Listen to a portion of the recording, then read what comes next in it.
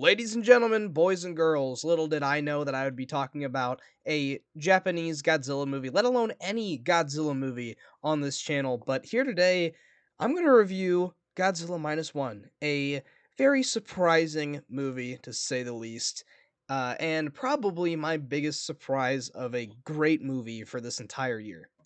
Welcome back to the channel, everybody. My name is Mike, and today we're going to be reviewing, as I said, Godzilla Minus One, which is arguably the most surprising movie of the entire year for me, and a huge success for the Japanese film industry. To give you a quick synopsis, here we go. At the tail end of World War II, a kamikaze pilot and his platoon witnessed something beyond their imagination in this giant creature, and now in post-war Japan, still recovering from this giant war, a new terror arises in Japan, and can the people stop this threat, or will this threat continue to attack them forever?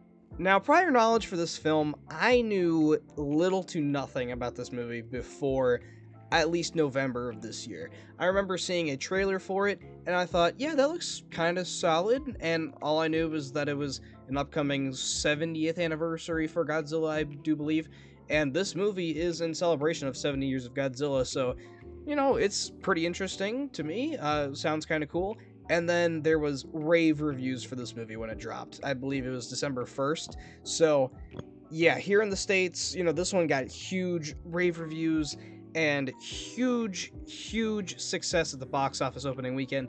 And finally, this past Saturday, I was able to go see it in theaters and hear my thoughts on the movie. Kicking things off with the positives for the movie, I gotta say that the performances in this movie were absolutely outstanding and bar none, some of the best performances you could ask for in any monster movie ever. I think, honestly, the performances in this are at least the best performances I've seen in any of these monster movies, at least even from America. I mean, compared to the MonsterVerse movies that we get from Warner Bros. These days, I mean, it's actually crazy how good these performances were. And also the fact that you really care for the characters in this movie, unlike any of the other MonsterVerse movies that we have here in the States.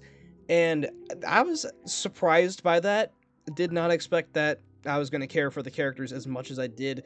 And also, the story really helps that. You know, you're coming from post-war Japan, and it's pretty interesting to see what the war was like for Japan, and seeing the tail end of the war and seeing this new terror arise. It's very fascinating to me how, you know, these people were able to, like, overcome this, and also, you know, it's just a very interesting story for a Godzilla monster movie that actually really helped the movie. Another huge positive I can give this movie is that its budget for its visuals it's insane. You know, earlier this year we've gotten The Flash, we've gotten Indiana Jones and the Dial of Destiny, we've gotten The Meg 2, and all of these movies look horrid.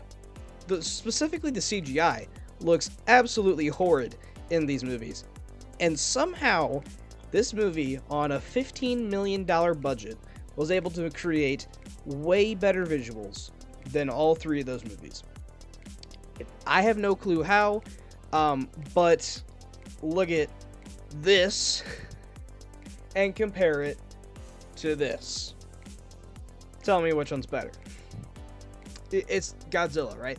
So, yeah, it's crazy how $15 million was able to make this movie look so much better than these $300 million budget movies and make a profit this profitable of a movie. And Japanese foreign movies aren't that successful in the States a lot of times. I mean, it's successful overseas, obviously, but here in the States, this made bukus of money for a foreign movie. I believe this is like the top grossing foreign movie ever in the United States, and it is so worthy of that. And it's only been in the theaters for like a week and a half now. So yeah, huge success for this movie, and I'm glad for it. Last main positive I want to talk about is Godzilla himself, because he is a menace in this movie. I mean, he is far and away probably the scariest Godzilla out there, maybe besides like the original like 1950s Japanese Godzilla. But man, was he an absolute menace in this movie. I mean, he's tearing down these buildings left and right, like not giving a crap. These tons of deaths in this movie. I mean, kind of off screen, but I mean, tons of casualties from this. I mean, he's huge too. Every time that there's like this charge up scene where he's charging up the nuclear breath or whatever, it is genuinely scary. Like it got me shaken, like a little shook up because of this charge up moment, and then all of a sudden you just see this beam of light, and like there's little to no sound, but a lot of like just like this bass noise, and it's like, whoa, that is crazy, man.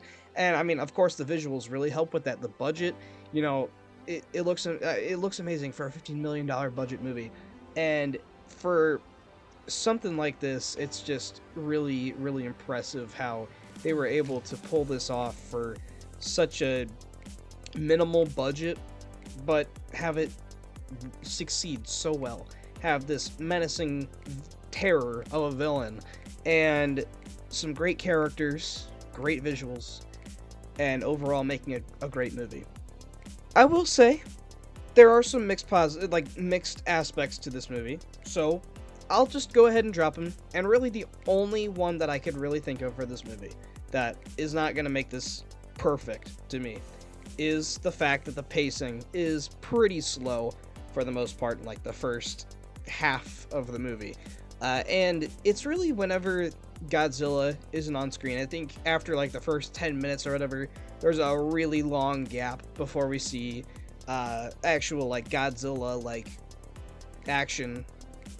But I will say, it's character work. It's very much character work, and it works really well by the end of the movie. So that's why it's mixed, is because I feel like it was really slow, didn't quite need to be, but it did work for the character development. So yeah, that's why it's in the mixed category for me. Overall though, Godzilla Minus One was a huge surprise to me. Definitely not one that I expected anything to come out of, but managed to win me over in the end and absolutely surprised me with how amazing it is. It's absolutely, for me, one of the best movies of the entirety of 2023, and I'm happy to say that I'm going to give this one an A.